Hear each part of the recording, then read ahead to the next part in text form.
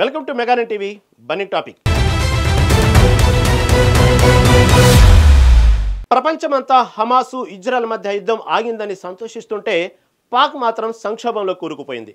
ఒకటి కాదు, రెండు కాదు, ఏకంగా 3 దేశాల నుంచి వ్యతిరేకతను ఎదుర్కొంటుంది. పాక్ ఒక్క అడుగు ముందుకు వేయాలన్నా వణుకుతున్న పరిస్థితి. ఎవరి కర్మకు వాళ్లే బాధ్యులని ఇండియా అటు వంక కూడా తొంగి చూడడం లేదు. ఈలోపే ఏషియన్ ఇన్ఫ్రాస్ట్రక్చర్ ఇన్వెస్ట్మెంట్ బ్యాంకు భారత్కు షాక్ ఇస్తూ కీలక నిర్ణయం తీసుకుంది. ఇంతకీ ఆ నిర్ణయం ఏంటి? పాక్ను ఇంకా సంక్షోభంలో నెట్టిన దేశాలేవి? భారత్ ఏం చేయబోతోంది?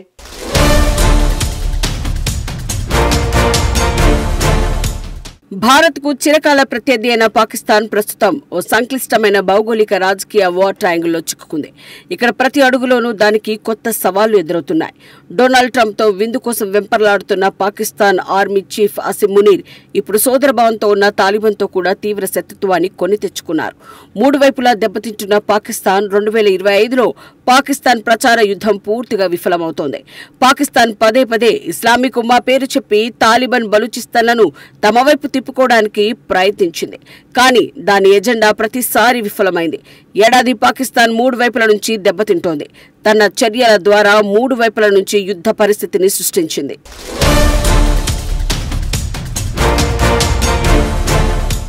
పాకిస్తాన్ తూర్పున భారత్తో తీవ్ర ఉద్రిక్తతలు. పశ్చిమ సరిహద్దుల్లో ఆఫ్ఘన్ తాలిబాన్తో భీకర ఘర్షణ. తాలిబాన్ పాకిస్తాన్కు చెందిన డజన్ల కొద్ది సైనికులను చంపి అనేక పోస్టులను ఆక్రమించుకున్నట్లు తెలుస్తోంది.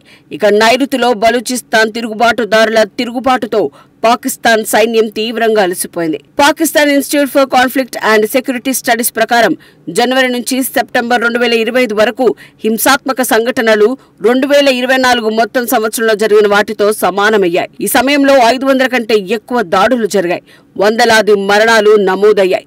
గ్లోబల్ టెర్రరిజం ఇండెక్స్ 2025లో పాకిస్తాన్ 2వ స్థానానికి చేరుకుంది. ఈ యుద్ధ త్రికోణం పాకిస్తాన్ భద్రతా విధానాన్ని కదిలించడమే కాకుండా దాని అంతర్గత రాజకీయ సమతుల్యతను కూడా తీవ్రంగా ప్రభావితం చేస్తోంది.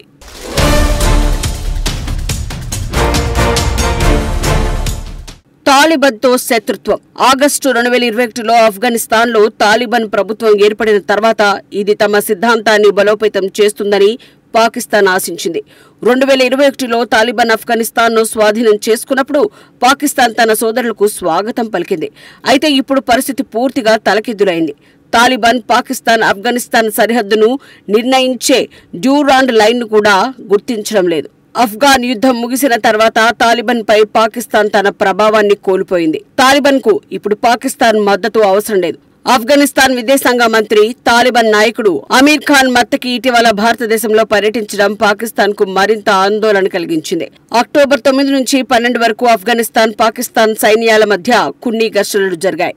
పాకిస్తాన్ వైమానిక దళం కాబూల్ పై వైమానిక దాడులు చేసిందని ఆరోపణలు రావడంతో తాలిబాన్ డ్యూరాండ్ లైన్ పై కాల్పులు జరిపింది.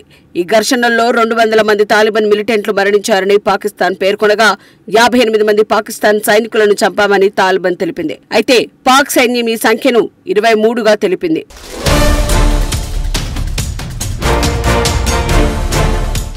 బలూచ్ల తిరుగుబాటు నైరుతిలో పాకిస్తాన్కు మరో పెద్ద సవాల్.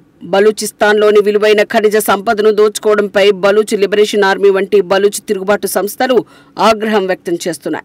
పాకిస్తాన్ ప్రభుత్వం బలూచిస్తాన్లోని అరుదైన ఖనిజాలను అమెరికాకు విక్రయించడానికి ఒప్పందం కుదుర్చుకోవడం ఈ ఆగ్రహాన్ని మరింత పెంచింది. బలూచ్ తిరుగుబాటుదారులు పాకిస్తాన్ సైన్యంపై నిరంతరం దాడులు చేస్తున్నారు. ఫిబ్రవరి 2025లో గ్వాదర్ పోర్ట్ సమీపంలో జరిగిన ఆత్మాహుతి దాడిలో 4 చైనా ఇంజనీర్లు మరణించారు. సెప్టెంబర్ 2025లో క్వెట్టాలో ఆత్మాహుతి దాడిలో 10 మంది మరణించారు. మార్చి 2025లో బిఎల్ఏ జఫర్ ఎక్స్ప్రెస్ రైలును హైజాక్ చేసింది. బలూచ్ తిరుగుబాటు వెనుక భారత్ మద్దతు ఉందని పాకిస్తాన్ నిరాధార ఆరోపణలు చేసినా బలూచ్ ప్రాంతంలో ఉన్న అసంతృప్తిని అది విస్మరించింది. సెప్టెంబర్ 2025 వరకు గ్వాదర్, తుర్బుత్, క్వెట్టాలలో చైనా ఇంజనీర్లను లక్ష్యంగా చేసుకుని డజన్ల కొద్దీ దాడులు నమోదయ్యాయి.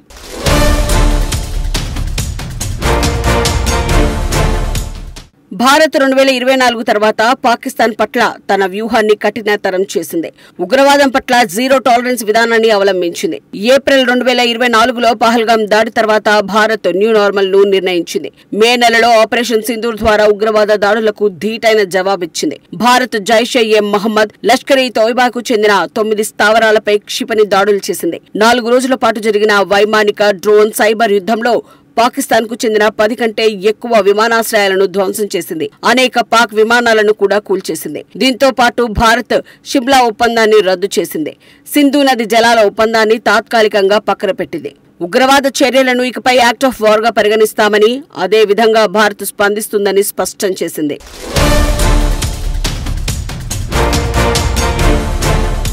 ఈసారి పాకిస్తాన్ తప్పు చేస్తే చరిత్ర, భౌగోళిక శాస్త్రంలో అది ఉండాలా వద్దా అని ఆలోచించుకోవాల్సి వస్తుందని భారత్ హెచ్చరించింది. సరిహద్దుల గుండా డ్రోన్లు, ఆయుధాలు, డ్రగ్స్ స్మగ్లింగ్ పై భారత్ సాంకేతిక నిఘా పాకిస్తాన్ వ్యూహాన్ని అలవూకగా అడ్డుకుంది. ప్రస్తుతం దాయాది దేశమైన పాకిస్తాన్ తీవ్ర కష్టాలను ఎదుర్కొంటోందని అనుకునే లోపే Asian infrastructure investment bank Bharat కు షాక్ ఇచ్చింది. మరోసారి పాకిస్తాన్ కు భారీ సాయం ప్రకటించింది. పాకిస్తాన్ కు $235 మిలియన్ సాయం చేసేందుకు అంగీకరించింది. Lahore water and waste water management ప్రాజెక్టుకు AIIB ఈ సాయం చేయనుంది. లాహోర్ ప్రజలకు స్వచ్ఛమైన తాగునీరు అందించడంతో పాటు రావి నదిలోకి వ్యర్థాలు ప్రవేశించకుండా ఆ దేశం తలపెట్టిన ప్రాజెక్టుకు ఏషియన్ ఇన్ఫ్రాస్ట్రక్చర్ ఇన్వెస్ట్మెంట్ బ్యాంక్ భారీ సాయం చేసేందుకు ముందుకొచ్చింది. Lahore water and sanitization agency సంస్థ, చైనాకు చెందిన మరో సంస్థ సంయుక్తంగా ఈ ప్రాజెక్టును చేపట్టాయి. లాహోర్లో తాగునీటి సరఫరా సమస్యను తీర్చడంతో పాటు మౌలిక వసతులను ఏర్పాటు చేయనున్నారు. అలాగే లాహోర్లో మురుగునీటి లీకేజ్ సమస్యకు చెక్ పెట్టనున్నారు. ఈ నేపథ్యంలో లాహోర్లో మౌలిక సదుపాయాల కల్పనకు ఏషియన్ ఇన్ఫ్రాస్ట్రక్చర్ ఇన్వెస్ట్మెంట్ బ్యాంక్ తాజాగా కీలక నిర్ణయం తీసుకుంది. పాకిస్తాన్ కు $235 మిలియన్ సాయం చేసేందుకు అంగీకరించింది. ఈ మేరకు విడతల వారీగా ఈ మొత్తాన్ని పాకిస్తాన్ కు అందించనుంది.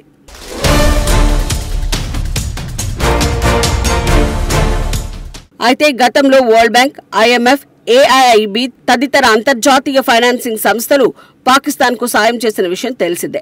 అయితే పాకిస్తాన్ మాత్రం ఈ మొత్తాన్ని ఉగ్ర కార్యకలాపాలకు వినియోగించుకున్నట్లు అనేక సార్లు వెల్లడైంది. ఈ క్రమంలో మరోసారి AIIB భారీ సాయం ప్రకటించడంపై సర్వత్రా ఆందోళన వ్యక్తమవుతోంది. గతంలోనూ చాలా సార్లు పాకిస్తాన్ ఉగ్ర స్థావరాల నిర్మాణానికి ఈ సాయాన్ని తరలించింది.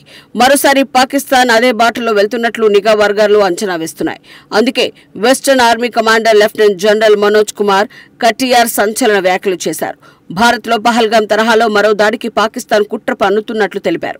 అయితే పాకిస్తాన్ చర్యలను తిప్పికొట్టేందుకు భారత ఆర్మీ సిద్ధంగా ఉందని చెప్పారు. ఈ నేపథ్యంలో తాజా పరిణామాలను భారత్ నిశితంగా పరిశీలిస్తోందని, మరోసారి పాక్ భారత్పై దాడులకు తెగబడితే మాత్రం ఆపరేషన్ సింధూర్ 2 తప్పదు అని హెచ్చరించారు.